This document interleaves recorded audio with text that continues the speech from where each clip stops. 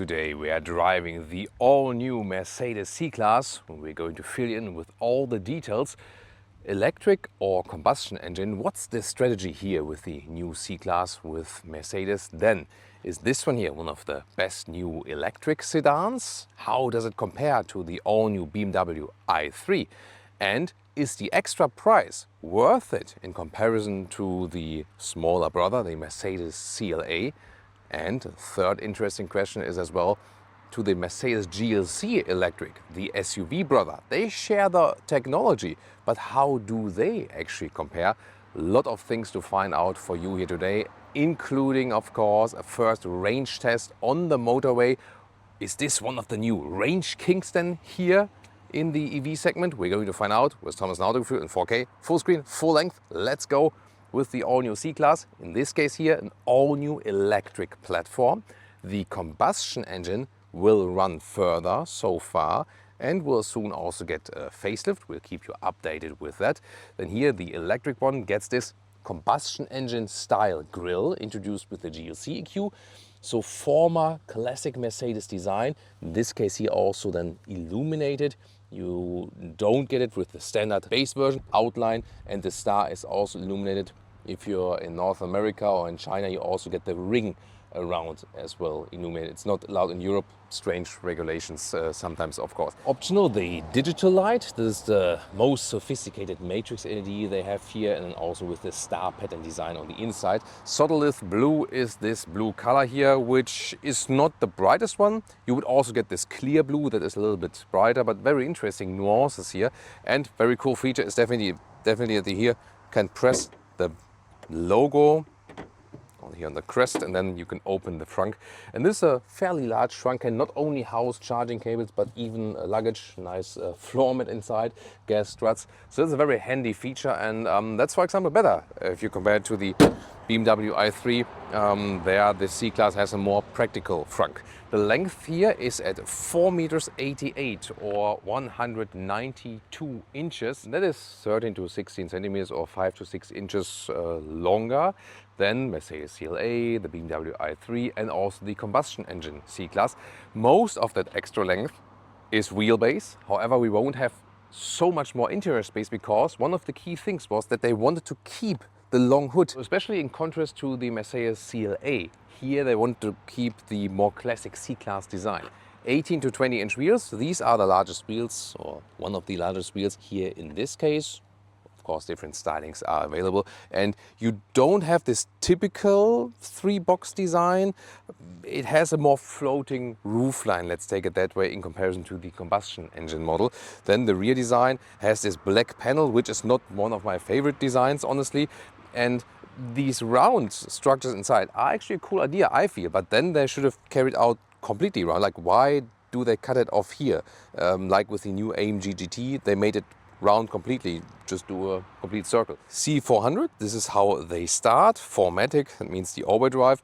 There will be a rear-wheel drive version as well, or rear-wheel drive versions, and then all-wheel drive versions with electric motor in the rear and also in the front. This one you accelerate in 4 seconds, 0 to 1 kilometers an hour, 62 miles an hour. That is performance-like. I mean, it's already then basically in AMG styling, right? The charging flap is here on the other side, and we have the battery capacity of 94.5 kilowatt hours net. This is how they start. Later they will also, some insects are also interested in us here in the vehicle, and later they will also go with an 85 kilowatt hour NMC battery. This will be a little bit lower in the entry price.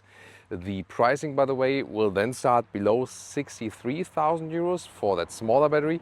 Here, that larger battery will be at 67,000 euros in the entry price. However, if you do full spec and everything, all-wheel drive, interior, rear exit steering, air suspension, which is also one of the major options, rear exit steering up to 4.5 degrees in the opposite direction. Airmatic air suspension goes lower than at higher speeds, for example, giving you good comfort in all situations. Full spec, 95,000 euros, and that's of course then a quite hefty price. Then here the charging flap we have right here, this electric 11 or 22 kilowatt AC charging. DC charging goes up to 330 kilowatt, and you do 22 minutes from 10 to 80% state of charge. I mean, that smaller battery, when you just do a difference of around 10 kilowatt hours, not sure what that's the meaning of that, but of course they want to keep the entry price a little bit lower. But price, I mean, yeah, you do pay for these extra features like the rear axis steering and the airmatic air suspension is one package, by the way. And also here's one of the big differences to the CLA, because a fully spec'd CLA versus a fully spec'd electric C-Class is 20,000 euros difference. So this then way more expensive. Yeah, and the GLC EQ, or GLC Electric as they call it now, they get rid of this EQ naming. It's of course the SUV brother, and they share more or less all of their technology. Is really the difference. Do you want an SUV body type, or do you want this rather sedanish body type? Of course, it will have a massive effect on how you sit in the interior. One thing in advance before we get to our extensive driving part, look at that. Here, I want to test the rear axle steering. Just mentioned that 4.5 degrees in the opposite direction, and here. That's enough to turn the car around. Wow. That is of course super helpful when parking in and out and so on. Wow, amazing. And a wide vehicle for you, and two different interesting differences here. This one is not the AMG line. You can see here this lower graphic right there. And this one is the AMG line. Then you have this black frame around and a different graphic right there. So this is one of the main differences. And then another interesting difference, you maybe have already seen that. This is the normal grille as we also had on our main vehicle in the bright chrome scheme. But you can also optionally get here this dark chrome styling, and this looks a little bit more sinister. Leah has already told me that she prefers this darker, sportier look. Yeah, tell me, what do you think? This is the key fob, and we have real door handles. And at this point, it's only available without keyless go, which of course doesn't make any sense. So you always have to press on the key fob, open and close, or with the smartphone. Yeah, but in future it will be. So, because at the moment it's logic, normal door handles, no keyless go. With keyless go, you have the flush door handles, which are kind of like annoying to most of us. But I think it's also better looking with that one, and also better haptic feedback. And for safety, I think it's also always better. Then also nice door closing sound, that's fine. There we go. In the rear, actually even better. So I hope then that it's soon available with the combination of keyless go and the real door handles. Inside of the doors, everything nicely covered with the soft leather red. Here then the bright styling, there are of course different colors available. 4 window levers in contrast to the CLA. Only hardback is then here in the lower inside door pockets. You move the seats right here. So it's also nice control. Optional Burmester sound system, 3D sound. It's awesome sound. You have to go for that one. One of the best in the industry at the moment. Then steering wheel is also then in this case here an animal-free material, which is even softer than the animal leather. It's also available in the AMG styling with 2 spokes, and return of the real rockers and rollers here, left and right side, for example, and for the volume. They're good that they listen to the customers there. Here, all the way black, large panel. I'll soon explain you the screen logic. Separate head restraints here for the comfort seat. The sports seat would have integrated head restraints. Then the lower seating area, this is supposed to be always the same in the seating depth. Here the animal free, the Artico material, it's actually a little bit softer than the animal skin, so more comfort. And Mercedes even themselves confirm that, so they apply some extra foam underneath the animal skin material to make the softness difference a little bit less between the new materials and the animal skin. However, me personally, I would here actually go, if it's available in your market, for the base fabric seat. You have fabric on the inside that's even more passively breathable. Or in the sport seat, you have a microfiber. These are my 2 favorite materials here, because in the leather red material, BMW, for example, is even better. They have even softer, more nicer to touch material for the seat. The steering wheel is actually really nice. I would like more like maybe the steering wheel material on the seat here. The advantage here is that for this one here, the full Artico, you can also get seat ventilation, which is not available for the fabric or for the microfiber seat, sadly. And if you go for this one here, you always should get the ventilation. Fabric or microfiber, you can also live without ventilation. And then here, 1.89 m, 6'2". There's still some headroom left. And this is then here the panoramic roof, and there you can also change these shades when you have the vehicle switched on. Then the cockpit, either you would start screen-wise with a separation here, and just a screen here which doesn't have much functionality. Next step would be a full passenger display, and then the third step is that the screen goes all the way through and that you don't have the bezels in between. You only have these bezels on the top, and of course it looks very impressive. Yet again, the costs are then higher for this again. So definitely a screen focus, but the infotainment system itself runs actually quite quickly. Difference to the GLC electric is of course that in the SUV, in the GLC, you sit more upright. Here you sit more in the vehicle, and it's electric platform, so your feet are also quite high. So I would say it's not the most ideal seating position for tall drivers. Me personally, I don't feel much difference to the CLA. A little bit more comfort, yes, seating-wise, but the CLA more or less has the same problem. So the GLC electric then better for tall people when you talk about the seating position.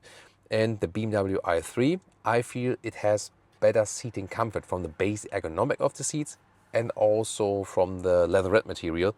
As I said, my tip would be to go here for the fabric or the microfiber seat than here in this case. This glass roof here has this electric tinting effect, so I can make it clear like this. It will not change the heat impact. It will only be less glare, so to speak, or you can also have this special effect here, this motive special effect. The heat protection is actually quite good. You still feel the heat, yes, and the closed roof would still be colder. But for a glass roof, it's one of the best in the filtering of the heat. We tested that already with the GLC electric with the SUV form. Then we also have different decor elements here. This nice matte surface. It's maybe not my favorite in the styling, but you can pick different ones. The important thing is that you don't have to use high gloss black. That's actually quite cool. One real button also for the drive mode selection. That's pretty cool. In the sport mode, the suspension goes a little bit lower and stiffer, but it also does so at higher speeds. Inductive charging pad is also 2 times and also ventilated. However, the phone still overheats, so I would still use the cable charging here in the lower part. Just put the phone then there, for example. Cup holders are not like in the S-Class facelift. These are still the old school cup holders which don't really hold bottles tight, so they need to hold the bottles tighter definitely. Split armrest right here with some more space underneath. On the steering wheel control here, by the way, is up and down, in and out, and also electric. And this is how you can easily put in the gears. You can already see the box of the head-up display, so you can also get this head-up display. And here now, as a comparison, the sport seats with microfiber on the inside, leatherette on the outside. So the sport seats have here more shoulder and hip support here. The side support here is more intense. Looks cooler, I feel. And I also think the microfiber material is also a little bit more comfortable in the seating, I would say. The head restraint here on top is somewhat intricate. You can move it forward and backward a little bit. You see it's not too high, but let's say high enough. So indeed, if you ask me, I would probably go either for the base fabric seats or then here for the microfiber seats from all that are available. Yeah, I think because the surface material is a little bit maybe like more adaptive, so to speak, it's even a little bit more comfortable here then. Driver POV, we have the digital instruments here, and you can also click them through left and right, change a little bit from the use assistant systems view, for example, or also in the map view, and it will also allow to show a display map of Apple CarPlay, Android Auto and so on. Then the main infotainment unit is easy to understand. There's the main menu right here, good icons, and just the climate unit is a little bit small. Then 2-level design here for seat heating, steering heating for these seats. As I said, there will also be seat cooling available, and these are all the vehicle settings right there. And to cancel this EU speed chime law, either press here in the top left part, or what you can also do is here press and hold the volume button. And it's really astonishing. The combination of CarPlay and Google Maps was never possible to have that one then in the instruments. Now it is in the GLC electric and the C-Class electric. So that's pretty cool.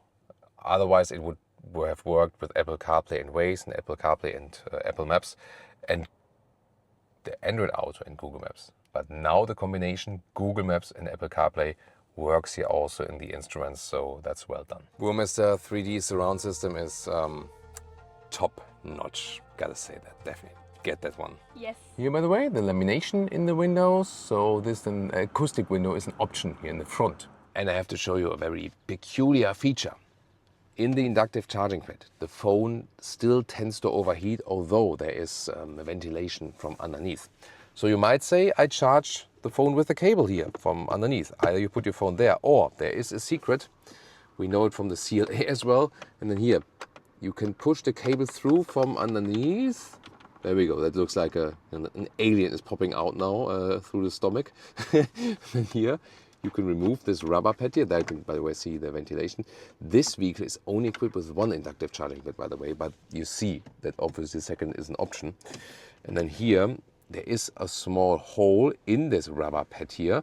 Then you can pull through the cable and then fit the rubber pad again, adjust the cable length, and now you can also charge on the top with your cable.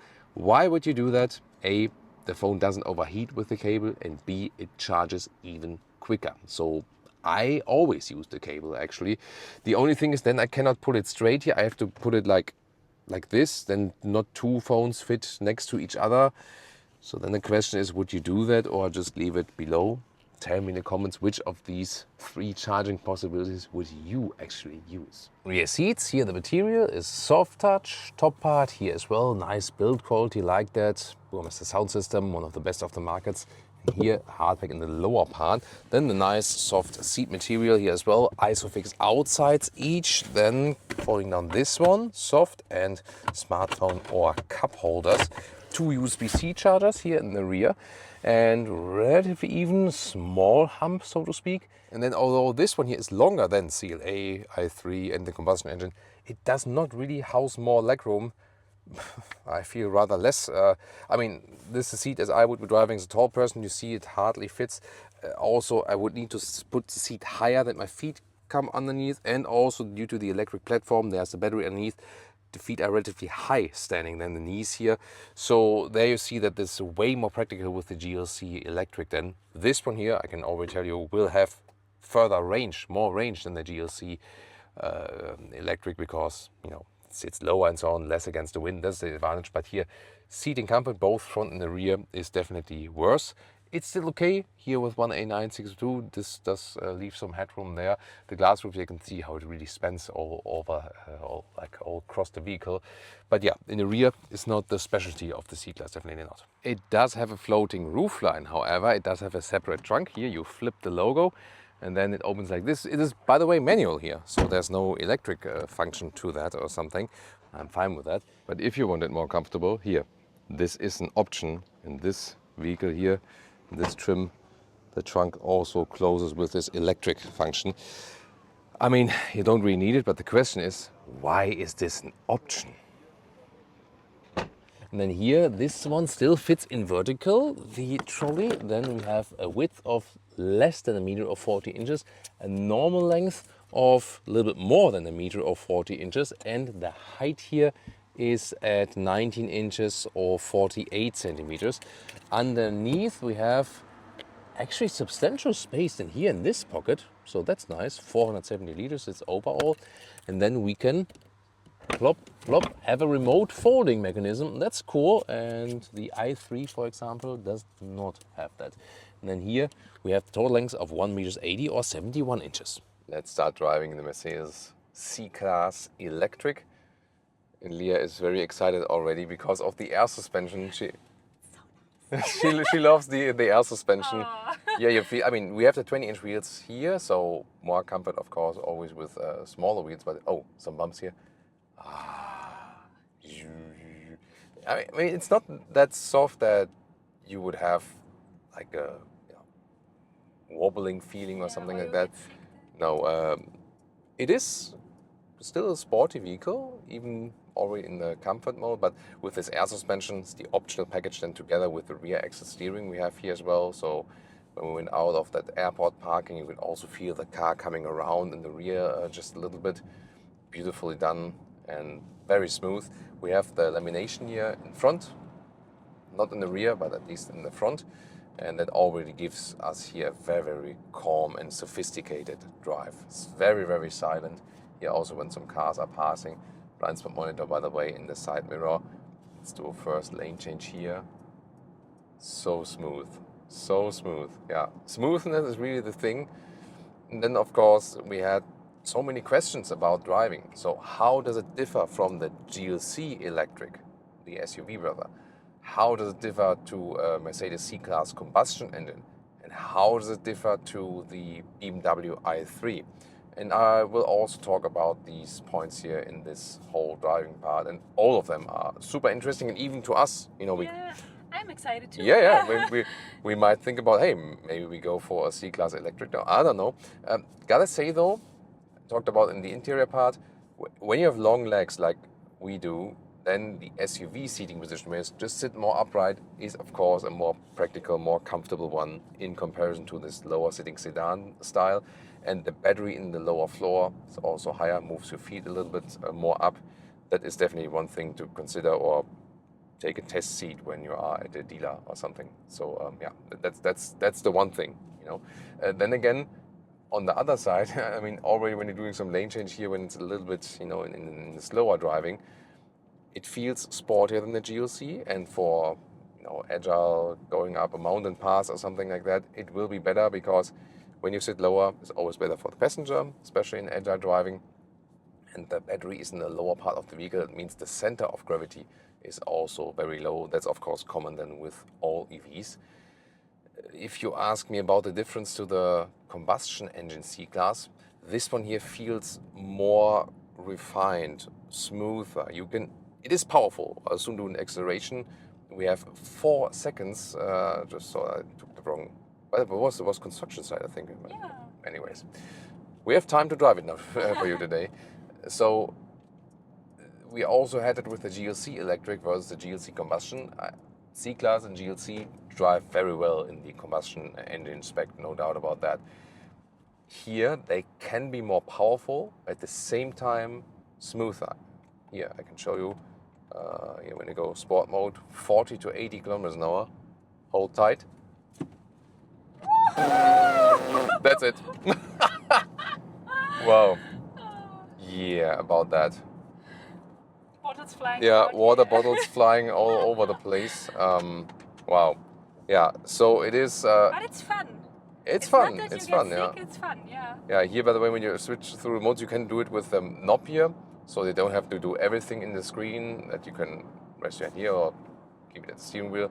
In the sport mode, the air suspension also goes a little bit stiffer, a little bit sportier style, but not that it would be uncomfortable. So if I would then drive with Leah up this mountain pass road, I would probably go sport mode. Yeah. That it stays And more a upright. really good question is, do you need an S-Class? Or is this enough? It's really a good question, yeah. Yeah. I mean, good point. Good one point Yeah. from Leah. Do you need an S-Class? Well, the air suspension is the S-Class air suspension. Yeah, that's what I felt, yeah. That's what you feel. I have to say though that the seats are more comfortable in the S-Class, like the seat form, the ergonomics. Yeah. We had that recently with the new fabric, for example. It was pretty cool. I felt it. You have a little bit more space to sit in also when you're tall. That is, I would say, the main and of course in the rear. But in the front, I mean, from this whole driving experience and so on, this is already really, really sophisticated S-Class level. Leah is absolutely right. It's just, I would say, the seat itself, what I would more appreciate in the S-Class, especially. Here you also have the Burmester 3D surround system, which I actually feel in this newest iteration is even probably one of the best overall. This panoramic roof is once again not getting too hot. We realized that with the GLC electric. Can I actually see the traffic light now? There, yeah. Thank you so much. Additional one for me.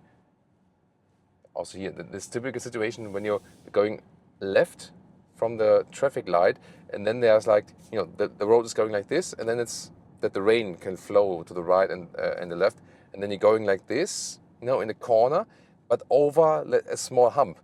And sometimes these cars that are not so sophisticated are going like, like this, but this one here is so smooth then. So smoothness is to me the main thing that describes this driving feeling. And you've just seen it with the first acceleration. I can soon do a second one, if you still enjoy. Yes. Yeah, that's good. A good sign that she still enjoys the acceleration. So you have power on demand, actually more than most could sustain. There will be the rear-wheel drive version of the big battery as well. I can tell you already so far, this will be super sufficient. You don't need the all-wheel drive for this one here unless you need it for winter driving or something. But yeah, or you can put it in eco mode that it doesn't push so hard. When we were driving the GLC electric with the same drivetrain, we were predominantly putting it individual and then softer suspension, but the drivetrain to eco, that it was not so fast because it's just too fast. I mean, even in the comfort mode, when you're doing like, that's 60 to 80 in like a second or something, you know, and that's already it. So that's pretty, very cool.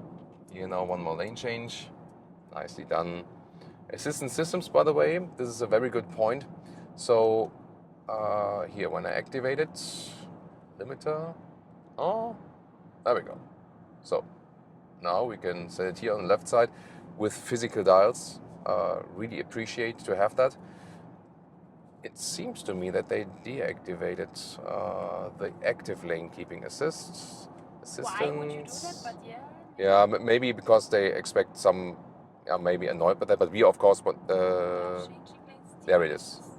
Yes. Yeah. Thank you so much. That's my the personal assistant called Leah. I was like, hey Leah, could you please activate the active steering wheel assist? Yes, no problem. Yes, no problem. Yeah. So I need to change the pitch of my voice. Yeah. So here now, actively keeping me in the lane in a very smooth way. So elaborated assistance systems here with tipping. Then it does also this semi-autonomous lane change in a very smooth way. So already at a very good level. I like that, appreciate it. That's the only thing where BMW is leading Mercedes at the moment. BMW already offers a level 2 hands-off feature. This one is supposed to get it later, like this GLC electric, but you cannot order it now in the filming at this review, and you will also need special hardware for it. So it's very crucial to know that you cannot retrofit that. As soon as you're able to order this one, the new, it's like you get some additional cameras then in this package. When you can order this, then you directly have it, but you need this special hardware. That's why it's not possible to order one now with the existing hardware and then retrofit it. That's very important to know. So, and the BMW assistance systems are even smoother in the whole integration and so on. But that's really like very good level versus top level, you know. Once again, super smooth experience here on the Finnish motorway here today. So special shout out also to our fans in Finland. Nice landscape here, of course, always in Finland, and supposed to be the happiest people on earth. I'm pretty sure it just has to do with going to the sauna very often. Yeah. It must be that. It must be that. And Definitely. the ice bath afterwards. Yeah, and the ice baths after that. Yeah. Be careful with that one, definitely, that they don't sink in the ice. Yeah, such a cool and smooth experience here on the motorway even, and I'm also looking forward to so much. At some point we can also drive it on the German Autobahn and then really, like, you know, floor it out to the maximum and see what we can score then as for consumption. And the road trip. And yeah, road trip maybe for you as well. That's always very interesting, and also with the charging test and so on. But we've done it with the GLC electric, and that one was working very well, quick in charging, good on the road trip. And here also, when you're driving a little bit faster on the motorway, then the air suspension goes a little bit lower, improving the efficiency. So that was also the thing where what we had GLC electric versus iX3, that the GLC got more and more efficient in relation the faster you would go. One thing is this going down with the air suspension, and the other factor is that we have here once again a 2-speed gearbox. That means at speeds here now like 80, 90, 100 kilometers an hour, then like 50, 60, 70 miles an hour, it goes in the second gear to be more efficient than at higher speeds. That's a very good system. You do not feel it when you're going for a launch control, because then in that case it would put the first gear until like 100 or something and then shift later. But usually it shifts up then a little bit earlier than that, and you can also then profit from this efficiency. So honestly, there's hardly anything to do better in the driving behavior here from this vehicle The only thing I would really feel, yes, as a tall person, I sit better in an SUV than in a sedan, naturally. The electric sedans also make it even more a little bit crucial because of the battery pack in the lower floor. And so we had covered this difference GLC electric, or especially like more real at the seating position, you know, and this one then drives a little bit sportier than the combustion engine. This one here drives even smoother, and that's of course a very cool experience and more sophisticated in a way. And now to the BMW i3. I would say the i3 is tuned for more sportiness from the general setup.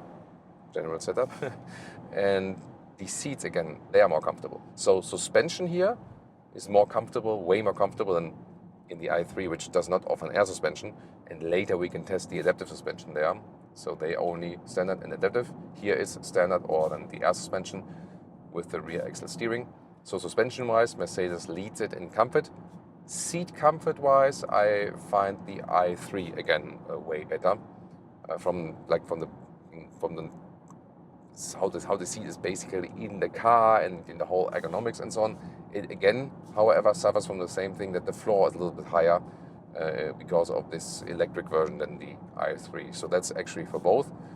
But yeah, there's always things to consider.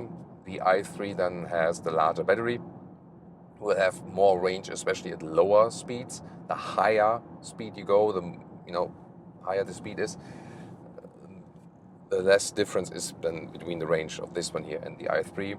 But then the question is suspension or seating comfort more important to you? That's one of the key elements then here.